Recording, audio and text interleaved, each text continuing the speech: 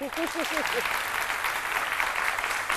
oui, l'option du village, on va dire, n'est pas un cas isolé.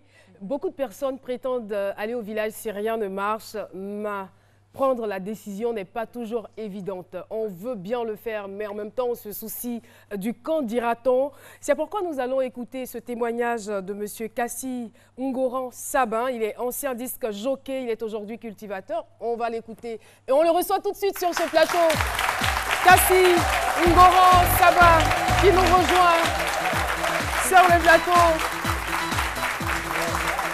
Bonjour, vous allez bien? Merci beaucoup, public de ce midi. Vous allez bien? Très bien, merci. Très bien.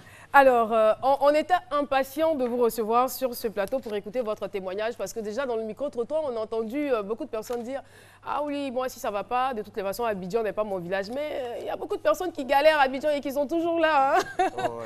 Alors, avant d'entrer dans le vif du sujet, il serait quand même bien que vous puissiez nous expliquer un peu parce que faire 16 ans dans un domaine, ça veut dire que vous étiez forcément passionné. Quel était donc votre train de vie, votre fonction de DJ? Comment est-ce que vous l'avez exercé pendant ce temps?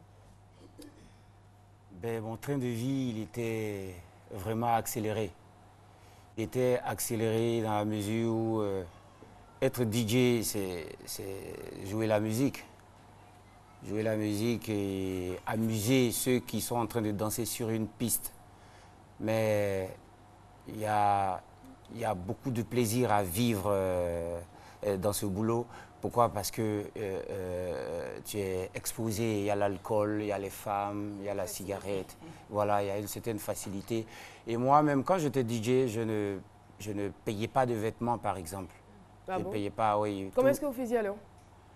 J'avais des amis joueurs éléphants. J'avais des mécènes, il y a des mécènes aussi qui venaient à ma boîte. Et quand elles arrivent, toutes ces personnes-là, elles m'envoient toujours, de l'Europe, elles m'envoient toujours des vêtements, des chaussures et autres. Ce qui fait que ma vie, en quelque sorte, en tant que DJ, c'était une vie vraiment facile. Vraiment facile. Et finalement, c'est devenu, à la fin, un peu plus dur pour moi. Une vie facile qui a ouvert le chemin, on va dire, à plusieurs vices. Parce que vous parliez tout à l'heure d'alcool, de femmes, donc vous viviez en fait une vie de débauche. Oui. Oui, moi, ma vie était basée sur les femmes. J'ai beaucoup changé les femmes. Parce que vous voyez, quand vous voyez l'image qui est là, c'est quelqu'un qui est un peu exposé. Être DJ, c'est quelqu'un qui est exposé. Tu as un micro devant toi et en face, ce sont des personnes que tu amuses. Mais la majorité est femme. Et tu es exposé, tu es vu, tout le monde t'apprécie. C'est pas forcément parce que vous êtes vu que non. Vous devez quand même céder à toutes les tentations non, oui, ou à toutes les vrai, propositions. Non, mais moi, je cédais. Vous étiez un garçon facile. Oui, en un mot. Dire. Il faut le dire, il faut dire la vérité. J'ai décidé de marcher maintenant dans la vérité, donc il y a vraiment, je ne vois absolument rien à cacher. Je n'ai vraiment rien à cacher. C'est vrai que vous avez quand même cité quelques aspects négatifs de ce métier. C'est quoi qui vous fascinait au juste? Je veux dire, c'est vrai, il y a aussi des aspects positifs, vous gagnez, vous aviez quand même une facilité d'avoir certaines choses, mais au-delà de ça, c'est quoi qui vous fascinait dans le métier de DJ de platine? Ben, c'est la musique en un mot. La musique, vous étiez fan de musique en fait? Oui, j'étais fan de musique, c'est la musique. Vous savez, il y a beaucoup de choses au niveau de la musique ivoirienne, il y a beaucoup de choses qui ne sont pas dites. Par exemple, cette boîte où moi j'exerçais, à l'époque, en 90-91, quand le Zouglou est né, cette boîte de nuit, moi j'ai passé du Zouglou et j'ai été viré de cette boîte. Le propriétaire qui avait cette boîte, on ne jouait pas de musique ivoirienne. Pourquoi? Parce que le Zouglou, c'était nouveau. C'était nouveau et puis à l'époque, voilà. Le propriétaire, il était lui-même ivoirien? Oui, il était ivoirien, mais bon, je n'ose pas citer son nom. C'est mieux. Mais ceux qui me connaissent, ceux qui sont en train de suivre l'émission, reconnaissent tout de suite la boîte et ils sauront de qui il s'agit. Mais j'avoue que c'est pas un boulot, c'est un boulot où on est exposé, en un mot. On est beaucoup exposé et moi je suis un cas. Et à quel moment de votre vie vous décidez de retourner au village? Je décide de retourner au village quand les crises ont commencé. En 2014, je décide de retourner au village. Mais pendant ce temps, après 2007, j'ai exercé un peu, j'ai fait un peu des boulots parallèles comme transitaire. J'ai été également chauffeur. Je conduis Woro, Koumassi, Makori. Je conduis gros camions à l'intérieur du pays. Mais tout cela ne m'a rien apporté. C'était difficile pour vous parce que vous n'étiez pas peut-être habitué. Il y a des gens qui le font et qui s'en sortent bien. Oui, mais il y a des gens moi, je n'étais vraiment pas disposé à faire ce genre de boulot. J'étais, en quelque sorte, un peu... Voilà, un truc comme ça. Peut-être que vous étiez trop habitué, on va dire, à la nuit, à votre environnement. Vous ne retrouviez pas votre passion, qui est la musique, dans ce que vous faisiez. Donc, ça vous manquait. Mais je veux dire, c'est vrai, vous essayez quelques petits métiers, vous trouvez que ça ne marche pas. Mais c'est à quel moment vous vous dites, franchement, ça ne va plus, il faut que je retourne au village? Qu'est-ce qui s'était passé en ce moment-là? En ce moment, non, mais je cherchais toujours du boulot. Je courais par-ci, par-là, par rapport à certaines personnes qui venaient à ma boîte, qui sont devenues aujourd'hui de grandes personnalités de ce pays. J'ai essayé de les approcher comme je pouvais, mais il n'y a jamais eu de suite. Il n'y a jamais eu de suite. Partout où je passais, c'était vraiment un peu difficile. Donc il fallait que je me retire. Pas un retour au village, parce que moi, le retour au village, c'est le corps qu'on envoie au village. Je me suis retiré. J'ai pas bien compris cette partie-là. Pour moi, le retour au village, c'est le corps qu'on envoie au village. Quand on est en ville, on ne va jamais au village. Enfin, de temps en temps, on y va peut-être pour les vacances, pour voir la famille, pour voir les parents. Souvent même, on n'y va même pas. C'est ça. On attend la mort. On envoie le corps au village. On envoie le corps, juste pour l'enterrement. Voilà. Et moi, j'appelle ça, c'est dans ce cadre précis que je dis que ça, c'est un retour. Un retour, voilà. Mais moi, je n'ai pas fait de retour. C'est comme ça que vous pensiez auparavant? Non. Je dis que moi, le fait que je sois au village aujourd'hui, ce n'est pas un retour au village. Je me suis retiré. Ah, d'accord. Voilà. Vous êtes installé. Voilà. C'est bon? Je me suis retiré au village pour mieux sauter. D'accord. Non, pas forcément pour revenir exercer en tant que DJ. En tant que personne. Mais je veux dire que plus personne ne croyait en moi. Plus personne ne croyait en moi. Donc il fallait que je me retrouve au village. Est-ce que vous-même vous croyez en vous? Est-ce que vous aviez espoir en des lendemains meilleurs ici à Abidjan? Non, je ne pense pas.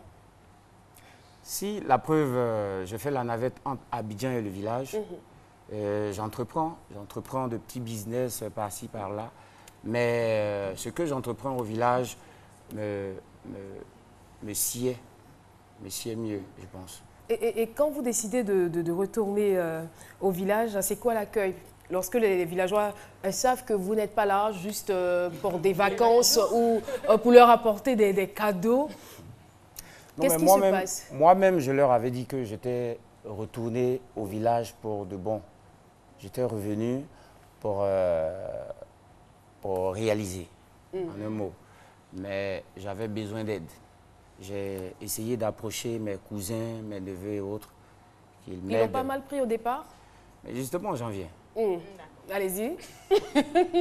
Alors, quand je les ai approchés, je leur ai dit, ils m'ont octroyé un lot, un espace pour pouvoir construire une maison où habiter.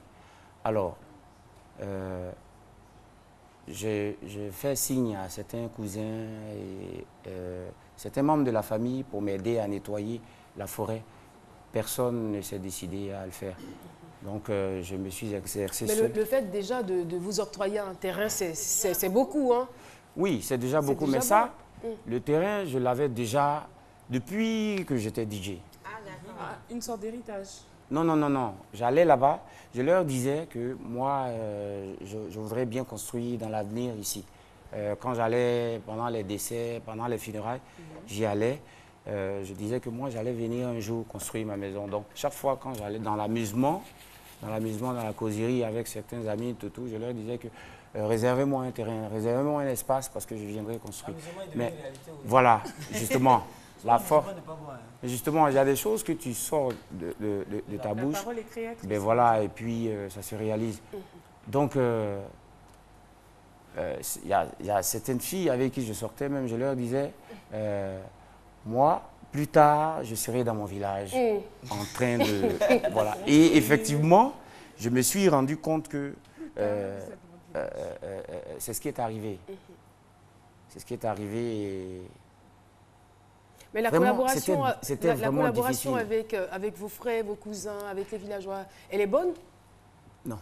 au départ? Avec les villageois, oui, mais avec mes cousins et cousines, bon, les cousins surtout, les relations ne sont pas ça. Qu'est-ce qu'elle vous reproche? Elle ne me reproche rien, mais seulement que... Qu'est-ce que vous voulez reprocher?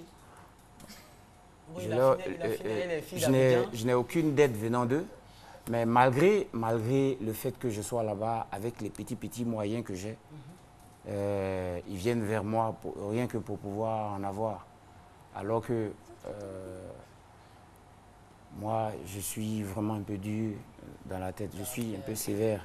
Donc, ah bon? Ouais. Et vous le dites comme ça à l'antenne? Oui, mais je suis sévère envers quelqu'un qui ne veut pas évoluer. Voilà, quelqu'un qui ne veut pas évoluer, moi, je suis très sévère envers lui. Et mes cousins, par exemple, j'ai un ami qui m'a offert, j'ai un ami qui m'a offert une machine à confectionner les briques en géobéton. Donc, j'ai pris un cousin avec qui je dois travailler, tout, mais il a abandonné la machine. Il a abandonné la machine et comme quoi, bon voilà, il n'y a pas de marché, il n'y a pas de ceci, cela, alors que le marché, il y en a. Il y en a seulement qui ne veut pas travailler. Et je me retrouve seul avec la machine. D'accord. On va aller droit au but. Par rapport à votre activité, vous faites quoi concrètement au village? Je fais de la culture hors sol. C'est-à-dire? Je mets de la terre dans des sacs. Je mets de la terre dans des sacs de 50 kilos. Et je mets des aubergines, ou je plante des aubergines ou du piment. Donc, j'ai réalisé ça à la maison. Oui, mais je veux savoir, c'est quoi la différence entre la culture ordinaire et cette culture hors sol dont vous parlez là? Mais la culture hors sol, c'est que je l'arrose, c'est à la maison. C'est déjà dans la cour. Quand je sors, le matin, je me réveille, je sors de la maison, je vois déjà les plantes qui sont devant moi. Je prends mon arrosoir et je les arrose. Et je ne désherbe pas. Il n'y a pas d'herbe. Alors que... Voilà, alors que... Donc l'avantage, c'est que qu'il pleuve ou non... voilà, qu'il pleuve ou non, moi j'arrose. J'arrose. Vous revendez après? Voilà, je consomme, on consomme, on en vend. Donc c'est ce qui me permet de tenir avec l'appui de certains amis qui m'aident financièrement depuis que je suis là-bas. Alissa, voilà. Alissa avait fait signe. Oui, au fait, moi j'aimerais savoir, quand vous étiez à Abidjan, vous aviez une copine? Oui. Est-ce qu'elle est partie avec vous au village?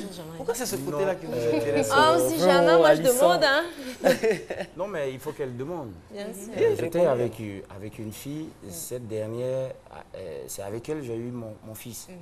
Mais pendant qu'on confectionnait ce petit bout de chou, on en a eu J'adore l'expression. Oui, pendant qu'on confectionnait ce petit bout de chou. Déjà, en venant à cette émission, je lui ai envoyé un message comme quoi qu'elle regarde ce midi, Pourquoi? Parce que je lui ai pas donné de suite. Mais en fait, je lui ai dit de regarder ce midi avec mon fils. Pourquoi? Parce que je tiens énormément à cet enfant. Voilà. Et pendant qu'on le confectionnait, Et je à lui la ai dit... mère de l'enfant. Oui. Non, mais écoutez-moi, j'en arrive.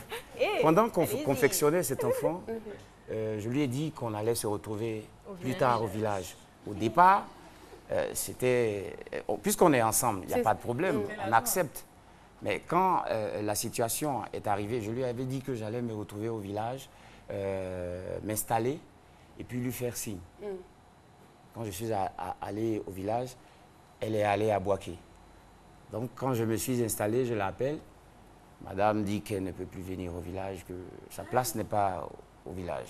Oh là là. Voilà, donc finalement, je me suis retrouvé seul. Et avec, vous voyez, la lue que j'ai, je me retrouve au village. Chaque fois, quand les gens viennent me rendre visite, mais tu n'as pas de femme, tu n'as pas de femme. Et c'est ce que je leur dis. Finalement, ma femme n'a pas voulu venir avec moi. Vous l'attendez, elle, ou vous comptez prendre une femme au village?